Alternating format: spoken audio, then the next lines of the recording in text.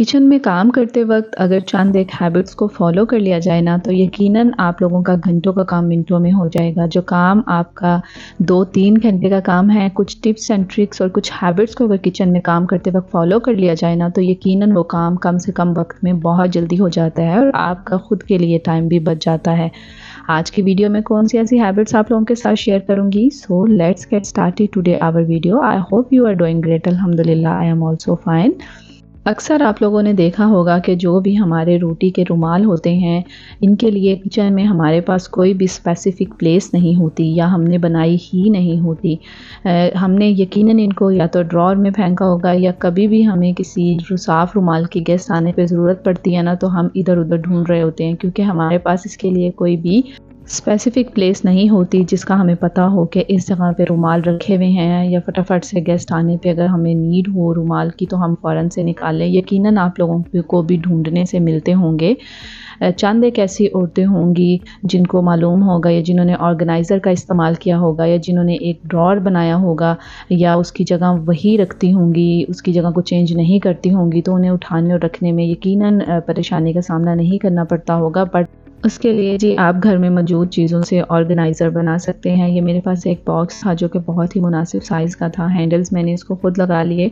जो भी shopping bags के साथ जो डोरी होती है वहाँ से उसको निकाल के मैंने इस तरीके से इसके हैंडल्स बना लिए। अब जितने भी मेरे रुमाल होंगे ना वो मैं तरीके से इसके अंदर रख दूँगी। अच्छा, एक तो मुझे जब भी नीड होगी तो मुझे ढूँढने नहीं पड़ेंगे क्योंकि अक्सर औक़ात मुझसे ये मिसप्लेस हो जाते हैं क्योंकि मेरे पास इनके लिए कोई स्पेसिफ़िक प्लेस नहीं थी। हर दफ़ा मैं चेंज कर देती थी और मैं किचन में के भूल जाती थी कि ये कहाँ पर रखे हुए हैं। सो अब मेरा काम जो है ना काफ़ी हद तक आसान हो जाएगा। अब जब भी मुझे चाहिए होगा, मुझे पता होगा कि मैंने इसके लिए एक ऑर्गेनाइज़र बनाया है। मैं इसको ऐसी जगह पे रखूँगी जहाँ पे मुझे पता होगा और मुझे नज़र भी आता रहेगा। अच्छा, डोरी का फ़ायदा हमें ये होगा कि अगर आप इसको बहुत ज़्यादा हाइट पे रखते हैं ना, क्योंकि मैं इसको नीचे तो नहीं रखूँगी, वहाँ पर ही रखूँगी जहाँ पर मैंने टिफ़िन और अपनी चंगेरे वग़ैरह रखी हुई हैं, तो उसी के साथ मैं इनको भी रख दूँगी। मतलब एक पूरा मैंने इसके लिए ना ड्रॉअर बना लिया जिसमें मैंने हॉट पॉट रख दिए, चंगेरे, टोकरियाँ वग़ैरह रखी हुई हैं, साथ ही मैं इसको भी रख दूँगी। अच्छा, उसके बाद जी अक्सर हम में से औरतें ये करती होंगी कि रात को जब हॉट पॉट को ख़ाली करती हैं ना, तो उसके अंदर जो रुमाल होते हैं ना, खाना खाने के बाद उसको ऐसे ही सारी रात आप पड़ा छोड़ देती होंगी। नेक्स्ट मॉर्निंग जब नाश्ते के लिए हम रोटियां बनाते हैं ना, तो अगर सारी रात के रुमाल हमने इसी के अंदर रहने दिए ना, थोड़े थोड़े से वेट भी होते हैं जिसकी वजह से टिफ़िन खोलते ही आपको एक अजीब सी स्मेल आती है और वो परमानेंट भी रहना स्टार्ट हो जाती है, जिसकी वजह से अगर आप रोज़ाना हॉट पॉट को वॉश नहीं करते तो स्मेल उसकी जो है ना उसके अंदर से नहीं जाती है। तो रात का काम सुबह पे मत छोड़ा करें। रुमाल को मैं निकालती हूँ बाहर और इसको मैं किसी भी क्लॉथ से अच्छे से मैं साफ़ कर देती हूँ। अगर हल्का फुल्का सा ये अंदर से गीला भी होगा तो अच्छे से ये साफ़ हो जाएगा। देन जो भी मेरे रुमाल हैं अब इनको मैं किसी भी हवादार जगह पे फैला दूँगी ताकि जितने भी ये वेट हैं हल्के फुल्के से सुबह होते टाइम ये मुझे बिल्कुल खुश्क मिले और नेक्स्ट मॉर्निंग मैं इनको ईज़िली अपने यूज़ में ले आऊँ। तो यहाँ पर मैंने इसको हैंग कर दिया है किसी हवादार एरिया में। तो ये मेरी सीढ़ियों की ग्रिल है। अक्सर जो भी मैं साफ़ी वगैरह मैंने सुखाने के लिए डालनी होती है वो मैं इस जगह पे डाल देती हूँ। नेक्स्ट ये मौसम जैसे चेंज हो चुका है और फ्रूट्स को बहुत कम लोग जो हैं फ्रिज में रखते होंगे। मैं तो इस मौसम में फ्रिज में बिल्कुल भी चीज़ें नहीं रखती क्योंकि बच्चों ने फ़ौरन से खानी होती हैं, तो फिर पहले हम फ्रिज में से निकालें और फिर उन्हें रखें। अच्छा, ओवरनाइट के लिए मैं इसे विदाउट कवर किए अपनी शेल्फ़ पे भी नहीं रख सकती। आपने देखा होगा कि बहुत छोटे-छोटे से मच्छर और कीड़े जो हैं इसके अराउंड फिर रहे होते हैं, तो कोई भी जाली का मैं टुकड़ा लेके तो इसको कवर करके शेल्फ़ पे रखती हूँ। अदरवाइज़ तो मैं कोशिश करती हूँ कि मैं इसको किचन में बिल्कुल भी ना रखूं ताकि किचन में जो छोटे छोटे फ्रूट्स के ऊपर सारी रात में ख़ास तौर पे केले और सेब के अराउंड जो छोटे छोटे से कीड़े होते हैं ना, तो वो ना आए। इसके लिए मैं किसी भी हवादार एरिया में रखती हूँ। ये मेरा डाइनिंग टेबल है जो कि बिल्कुल विंडो के पास पड़ा है, तो मैं रात में इसके ऊपर रख देती हूँ, हवा भी लगती रहे और साथ के साथ मच्छर भी जो हैं कम से कम आए। उसके बाद जी ओवन का यूज़ तो हम अपने सारा दिन में बहुत दफ़ा करते हैं। तो अक्सर आप लोगों ने देखा होगा कि सालन अगर आप गरम कर रहे होते हैं या कोई भी ऐसा काम कर रहे होते हैं जैसे शोरे वाला या मसाले वाला सालन गरम करते हैं ना, ख़ास तौर पे गोश्त। तो ये मेरे पास कलेजी थी, मैंने इसको गरम किया था। तो गरम होने के दौरान ना जो थोड़ी बहुत जो छींटे थे ना इसके मसाले के, तो वो कभी कभार ना इस तरीके से ओवन को गंदा गंदा भी कर देते हैं।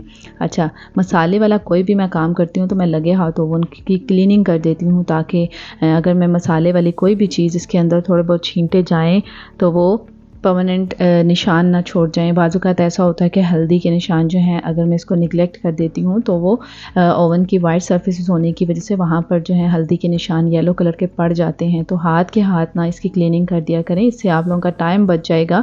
जहाँ पर आप इसको छोड़ते हैं डीप क्लीनिंग के लिए, वहाँ पर आप आधा घंटा वेस्ट करने की बजाय अगर डेली के काम करने के बाद आपको लगे कि आज आपने सालन गर्म किया है और थोड़े बहुत छींटे उड़ के आपके ओवन को गंदा किया है, तो फ़ौरन से आप कोई भी साफ़ी लेके ना इसको साफ़ कर सकते हैं।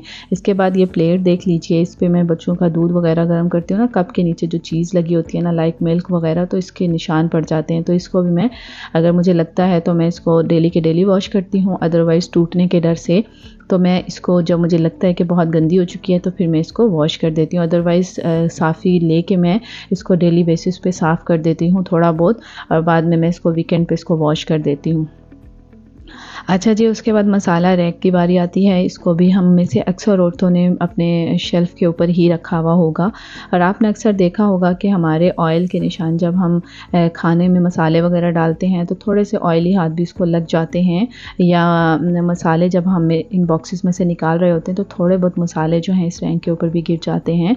तो मैं बिल्कुल भी ऐसा नहीं करती कि मैं इसको छोड़ देती हूँ महीने या 6 मंथ्स में इसकी डीप क्लीनिंग करती हूँ, बिल्कुल भी ऐसा नहीं। अगर आपने टाइम को सेव करना है तो जो भी, जब भी मसाला आपको लगे कि आज आप काम करते हुए आपसे मसाला इसके ऊपर गिर गया है, तो थोड़े से बॉक्सेस आप ज़रा बराबर हटा के तो आप नीचे से इसकी क्लीनिंग करके देन आप अगेन रख सकते हैं। इससे क्या होगा कि आप लोगों का कम से कम टाइम लगेगा और टाइम काफ़ी ज़्यादा आपके पास बच जाएगा। अच्छा, ये काम आप तब भी कर सकते हैं जब आप खाना बना रहे होते हैं, लाइक आप साथ में चम्मच हिलाते जाएं और साथ में ये छोटे मोटे काम किचन में अपने अराउंड देख लिया करें कि कौन सा काम होने वाला है, उसको फ़ौरन से हमने कर लिया। तो मैं अपने टाइम को इस तरीके से सेव करती हूँ, क्योंकि हमारा बहुत ज़्यादा टाइम जो है किचन में ही स्पेंड हो जाता है, ख़ास तौर पे तब जब हम डीप क्लीनिंग करने लगते हैं किचन के, तो होल डे हमारा किचन में ही स्पेंड हो जाता है, कोई हमसे दूसरा काम नहीं हो पाता है। एक डे हमने सेलेक्ट कर लिया होता है कि हम इस दिन जो है अपने किचन की डीप क्लीनिंग करेंगे, और वो सारा दिन हमारा किचन में ही स्पेंड हो जाता है। अगर आप चाहते हैं कि डीप क्लीनिंग के दौरान भी आपको कम से कम टाइम लगे, तो ये लगे हाथ ये छोटे छोटे काम आप साथ के साथ निपटा लिया करें। उसके बाद अक्सर औरतें ये करती होंगी कि जब भी वो कोई काम कर रही होती हैं, लाइक वेजिटेबल वगैरह कट करती हैं, तो वो किचन की शेल्फ़ को ही यूज़ करती हैं, उसके नीचे कोई हम जो है वो कपड़ा वगैरह नहीं बिछाते हैं, या इसके अलावा कटिंग बोर्ड हम बिल्कुल भी यूज़ नहीं करते हैं। शेल्फ़ के ऊपर ही बाज़ औक़ात हम रख के चीज़ काट रहे होते हैं, उससे शेल्फ़ के ऊपर भी स्क्रैचेस आ जाते हैं। दूसरा, आप लोगों का काम भी काफ़ी बढ़ जाता है, क्योंकि छिलके एक आप शेल्फ़ पे डायरेक्ट गिराएंगे तो उससे क्या होगा कि आप लोगों की शेल्फ़ गंदी होगी, आपको टाइम लगेगा उसको क्लीन करने में। बिल्कुल साफ़ सुथरी और नीट क्लीन अगर आपकी शेल्फ़ है तो आप कोई कपड़ा बिछाएं, उसके ऊपर आप रखिए कटिंग बोर्ड, देन आप कट करें। अच्छा, प्याज आंखों में जाता है जी, उसके लिए पानी का बाउल रखें और प्याज को 2 हिस्सों में कट करके ना आप फ्यू सेकंड्स के लिए पानी में डिप करके रखेंगे, देन आप काटिएगा, आपकी आंखों से बिल्कुल भी पानी नहीं निकलेगा। अगर बहुत ज़्यादा तादाद में आप प्याज कट कर रही हैं ना, तो उसके लिए ये है कि तब तो ये लाजमी तरीका इस्तेमाल करें, एक आध प्याज के लिए चलें सिंपल, कितना भी पानी आपकी आंखों से निकल आएगा। बट बहुत ज़्यादा तादाद में अगर प्याज कट कर रहे हैं ना, तो ये तरीके को ज़रूर यूज़ कीजिएगा, इससे आपकी आंखों से पानी और पास बैठे हुए बंदों की आंखों से पानी जो है नहीं निकलेगा। उसके बाद आप देख लीजिए, कपड़ा बिछाने का फ़ायदा मुझे ये हुआ कि जितने भी पील्स थे कपड़े पे गिर गए, वहाँ से मैंने उठा लिए, कपड़ा भी साफ़ है और आपका काउंटर टॉप भी बिल्कुल साफ़ सुथरा रहेगा। ये छोटी छोटी हैबिट्स को अगर आप अपना लेना तो यकीनन आपका बहुत ज़्यादा टाइम जो है बच जाता है। उसके बाद जी, कोई भी अगर हम पत्ती वाला या चाय वाला बर्तन, या इसके अलावा कोई ऐसा जिसमें खाना हमारा पॉट में नीचे लग जाता है, हम वो साफ़ कर रहे होते हैं ना, तो हम डायरेक्ट जो है हम इसी तरीके से फेंक देते हैं पत्ती भी, जिससे बहुत ज़्यादा हद तक चांसेस होते हैं कि हमारा सिंक जो है वो ब्लॉक हो जाता है। तो सिंक ब्लॉक ना हो, आप पत्ती वाला चाय जब भी बनाते हैं उसके बर्तन को साइडों से सेपरेट करके तो स्टेन कर लिया करें, इससे आप लोगों के सिंक की ब्लॉकेज कम से कम होगी। दूसरा, आपका काम भी काफ़ी हद तक आसान हो जाएगा। अब ये पत्ती अगर आप इसी सिंक के बीच में गिरा देते हैं, उससे नुकसान आपको ये होगा कि सिंक सारा पत्ती से भर जाएगा। दूसरा, जहाँ पर आपको 5 से 10 मिनट लगने हैं, वहाँ आपको काफ़ी ज़्यादा टाइम जो है वो लग जाता है। कोशिश करें जब भी आप बर्तन वॉश करें तो सबसे पहले आप वो वाले बर्तन धोएं जिनमें आप पानी पीते हैं, लाइक ग्लास हो गए, मग्स हो गए। इसके बाद आप प्लेट्स की बारी लाएं।